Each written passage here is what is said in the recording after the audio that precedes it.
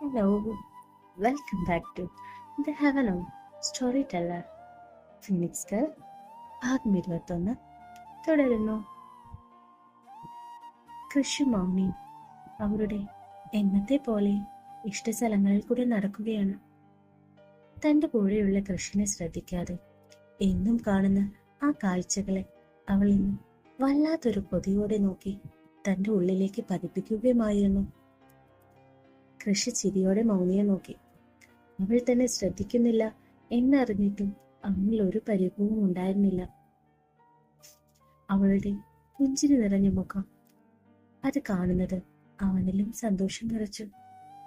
ഓയ് ഡോക്ടറെ, പിന്നെ വായുനോട്ടം തുടങ്ങിയോ? മൗനി തന്റെ കൈകളെ ഇടുപ്പിൽ വെച്ചുകൊണ്ട് അവന്റെ മുന്നിലേക്ക് നിന്ന് വല്ലാത്തൊരു കുറുമ്പോടെ ചോദിച്ചു. ആ ചോദ്യം കേട്ടതും കൃഷ്ണൻ ചിരിയോടെ പറഞ്ഞു, ഹോ, പിന്നെ ഈ കൃഷി അങ്ങനെ നോക്കണമെങ്കിൽ നേരെ നോക്കും കേട്ടോ. എന്നാ പിന്നെ ആയിക്കൂടെ? എന്ത്? ഞെട്ടലോടെ അവനും ചോദിച്ചു. ചുമ്മാ കോമഡി. എന്തോ പ്രതീക്ഷയോടെ അവളെ നോക്കിയ കൃഷ്ണൻ അവളുടെ മുഖം അവനെ വല്ലാതെയാക്കി. പക്ഷേ തന്റെ മുഖഭാവം മാറ്റിക്കൊണ്ട് അവൻ തുടർന്നു. താൻ ഇവിടെ നിന്ന് പോകുന്ന കാര്യത്തിൽ വല്ലാത്ത സന്തോഷത്തിലാണല്ലോ മൗനി. അതിന് ചിരിയോടെയായിരുന്നു മൗനിയുടെ മറുപടി. പിന്നല്ലാതെ, പുറലോകം കാണാലോ. ആണോ? സംശയത്തോടെ കൃഷ്ണന്റെ മറുപടിയും വന്നു. ആണെന്ന് പറഞ്ഞാൽ താൻ വിശ്വസിക്കുമോ? ഇല്ല. മൗനി, ശരിയാ, ഇവിടെ നിന്ന് പോകാൻ തോന്നുന്നില്ല കൃഷ്. അതാണ് സത്യം. താൻ പറഞ്ഞതുപോലെ ഇവിടെ വല്ലാത്തൊരു മാജിക്കാണ്. എന്റെ ഉള്ളിൽ ഇപ്പോൾ പഴയതൊന്നുമില്ല. എന്താന്നറിയില്ല, വല്ലാത്തൊരു സന്തോഷം. മൗനിയുടെ വാക്കുകളെ മനസ്സിലാക്കിയിട്ടും അവൾ പറഞ്ഞത് ഉൾക്കൊണ്ടിട്ടും കൃഷി ചോദിച്ചു, താൻ എങ്ങനെയാ പോകുന്നത്? അവൾ വരും മിയ. ഇത്രയും ദിവസം എനിക്കരയിൽ നിന്ന് ഒളിച്ചു നിന്നതാണ്. ഇന്ന് അവളുണ്ടാകും എന്നെ കൊണ്ടുപോകാൻ. വിളിച്ചിരുന്നോ തന്നെ കുട്ടി? ഇല്ല, പക്ഷെ വരും. മൗനിയുടെ വാക്കിലെ ഉറപ്പറിഞ്ഞ് കൃഷി ചോദിച്ചു, അത്രയ്ക്ക് ഉറപ്പാണ്? അങ്ങനെ അവളുടെ ഭാഗത്തുനിന്ന് ചെറുപുഞ്ചിരി മാത്രമേ ലഭിച്ചുള്ളൂ. കൃഷി തുടർന്നു. തനിക്കിവിടെ എന്താണ് ഏറ്റവും കൂടുതൽ മിസ്സാകുന്നത്? കൃഷിന്റെ ചോദ്യം കേട്ട് മൗനി ചുറ്റും നോക്കി. എന്നിട്ട് ആ കാറ്റിനെ ആസ്വദിച്ചുകൊണ്ട്, എല്ലാം ഈ കാറ്റിനെ പോലെ ഞാൻ മിസ് ചെയ്യും. അവളുടെ മറുപടി കൃഷ്ണന്റെ മുഖം മങ്ങുന്ന കണ്ട് ചിരിയോടെ അവൾ പറഞ്ഞു, തന്നെ.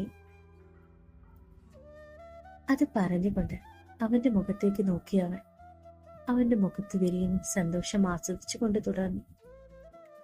കൃഷ്, താൻ എനിക്ക് ആരാണെന്നറിയില്ല, പക്ഷെ എനിക്ക് ഉറപ്പാണ്, എനിക്ക് പ്രിയപ്പെട്ട എന്തോ ഒന്ന് തന്നിലുണ്ട്. ആദ്യമായി കണ്ട നിമിഷം മുതൽ എനിക്കത് അനുഭവപ്പെട്ടിരുന്നു. പക്ഷേ ഒരു നിമിഷം അവൾ നിർത്തി. എന്നിട്ട്, ഞാൻ ഒന്ന് ചോദിച്ചോട്ടെ കൃഷ്, എന്താ നമ്മൾ നമ്മൾ തമ്മിൽ എന്തെങ്കിലും ബന്ധമുണ്ട്? മൗനി പതിയെ അവന്റെ കണ്ണുകളിലേക്ക് നോക്കി ചോദിച്ചു. പക്ഷേ കൃഷ് ഒരു നിമിഷം സ്റ്റക്കായിപ്പോയി. അവൾ അങ്ങനെ ചെയ്യുമെന്ന് അവൻ ഒരിക്കലും പ്രതീക്ഷിച്ചില്ല. തന്നെ നോക്കി നിൽക്കുന്ന മൗനിയുടെ കണ്ണുകൾ നിറയുന്നത് കണ്ടത് വേദനയോടെ അവൻ കണ്ണുകൾ അടച്ചു. അവന്റെ ആ പ്രവൃത്തി അവളെ വല്ലാതെ ഉലച്ചു കളഞ്ഞിരുന്നു. എന്നാലും ചുണ്ടിൽ ഒരു നിറഞ്ഞ പുഞ്ചിരിയോടെ മൗനി അവനെ പുണർന്നു. കൃഷി ഞെട്ടലോടെ തന്റെ നെഞ്ചിൽ ചേർന്ന് നിൽക്കുന്ന മൗനിയെ കണ്ടതും ഒന്ന് വിറച്ചുപോയി. കുറച്ച് നിമിഷങ്ങൾ അവനൊന്നും ചെയ്യാതെ നിന്നു. എന്നിട്ട് അവന്റെ കൈകൾ അവളെ ചേർത്ത് പിടിക്കാനായി തുടങ്ങി. എങ്കിലും അതിനു മുന്നേ അവൾ അവന്റെ നെഞ്ചിൽ നിന്നും ഉയർന്നിരുന്നു. എന്നിട്ട് മൗനി കൃഷിനോടായി പറഞ്ഞു, താങ്ക്സ്, എനിക്ക് ചെയ്ത എല്ലാ സഹായങ്ങളും ഞാൻ ഞാൻ ഒരിക്കലും മറക്കില്ല ഇയാളെ, ഒരിക്കലും. അവളുടെ വാക്കുകൾ ഇടറുന്നുണ്ടായിരുന്നു. മൗനി, ഞാൻ കൃഷ്ണൻ എന്തൊക്കെയോ പറയാനുണ്ടെങ്കിലും ഒന്നും പറയാനാകാതെ അവനും മിണ്ടാതെ നിന്നു. ഇറ്റ്സ് ഓക്കെ കൃഷ്, പോവുകയാണ് ഞാൻ. എന്നോട് പറയാൻ ആഗ്രഹിക്കാത്ത എന്തോ ഒന്ന് തന്നിലുണ്ട്, അതെനിക്ക് ഉറപ്പാണ്. ഏ അങ്ങനെയൊന്നും കൃഷ് പെട്ടെന്ന് പതറി പറയാൻ തുടങ്ങി. അത് മനസ്സിലായതിനാകണം. മോഹിനി കൈ ഉയർത്തി അവനെ തടഞ്ഞുകൊണ്ട് പറഞ്ഞു, ഇനി ഇനി ഒരിക്കലും നമ്മൾ കാണാതെ ഇരിക്കട്ടെ. ഇത്രയും പറഞ്ഞുകൊണ്ട് മോഹിനി നടന്നു നീങ്ങുമ്പോൾ പുറകിൽ നിൽക്കുന്ന കൃഷ് തന്റെ നിറയുന്ന കണ്ണുകളിൽ വെക്കുന്ന മനസ്സിനെ നിയന്ത്രിക്കാൻ പാടുപെടുകയായിരുന്നു. എന്നാൽ അതറിഞ്ഞുകൊണ്ടാണോ എന്നറിയില്ല, മൗനി ഒരിക്കൽ പോലും തിരിഞ്ഞു നോക്കിയില്ല. നിറയുന്ന കണ്ണുകൾ തുറക്കാതെ തന്നെ അവ്യക്തമായ കാഴ്ചയിലൂടെ അവൻ കണ്ടിരുന്നു നടന്നകലുന്ന മൗനി. തന്റെ കാഴ്ചകൾക്കപ്പുറം അവൾ മറയുന്നതുവരെ അവന്റെ കണ്ണുകൾ അവളെ ഒപ്പിയെടുത്തു. ശേഷം ഫോൺ എടുത്ത് ഒരു നമ്പറിലേക്ക് വിളിച്ചു. എല്ലാം പ്ലാൻ ചെയ്തതുപോലെ തന്നെ എത്തിയിട്ടുണ്ട്. മറുവശത്തു നിന്നുള്ള മറുപടി കേൾക്കാൻ നിൽക്കാതെ അവൻ ആ കോൾ കട്ട് ചെയ്ത് ദൂരേക്ക് നോക്കി നിന്നു. ഇതേ സമയം കണ്ണുകൾ നിറഞ്ഞൊഴുകുന്നതിനാൽ മുന്നിലെ കാഴ്ചകൾ മൗനിക്ക് ശരിക്കും കാണാൻ തന്നെ സാധിക്കുന്നില്ലായിരുന്നു.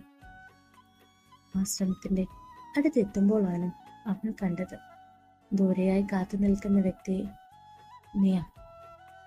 നിറയിലൂടെ മൗനിയ പേര് പറഞ്ഞു. അവൾ കരികിലേക്ക് പതിയെ ഓരോ ചുവട് വെക്കാൻ തുടങ്ങിയത്. മൗനി തളർന്നു പോയിരുന്നു. അവൾ പോലും അറിയാതെ അവളുടെ ചുവടുകൾക്ക് വേഗതയേറിക്കൊണ്ടിരുന്നു. അവസാനം നീയെ പുണർന്നു നിൽക്കുമ്പോൾ മൗനി വല്ലാതെ തളർന്നിരുന്നു.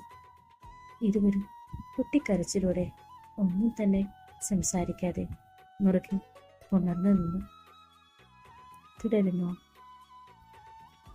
കഥ കേൾക്കാനല്ല, വായിക്കാനാണ് നിങ്ങൾക്ക് ഇഷ്ടമെങ്കിൽ പ്രതിലിപേ എനിക്ക് ഒരു പേജുണ്ട്, അത് നോക്കിയാൽ മതി. എൻ്റെ അക്കൗണ്ടിൽ ഈ കഥ മുഴുവനായി എഴുതി പോസ്റ്റ് ചെയ്തിട്ടുണ്ട്. നിങ്ങൾക്ക് ഇഷ്ടമാണെങ്കിൽ അതിൽ വായിച്ചാൽ മതി. എൻ്റെ ചാനലിൽ തന്നെ ഞാനതിൻ്റെ ലിങ്ക് കൊടുത്തിട്ടുണ്ട്.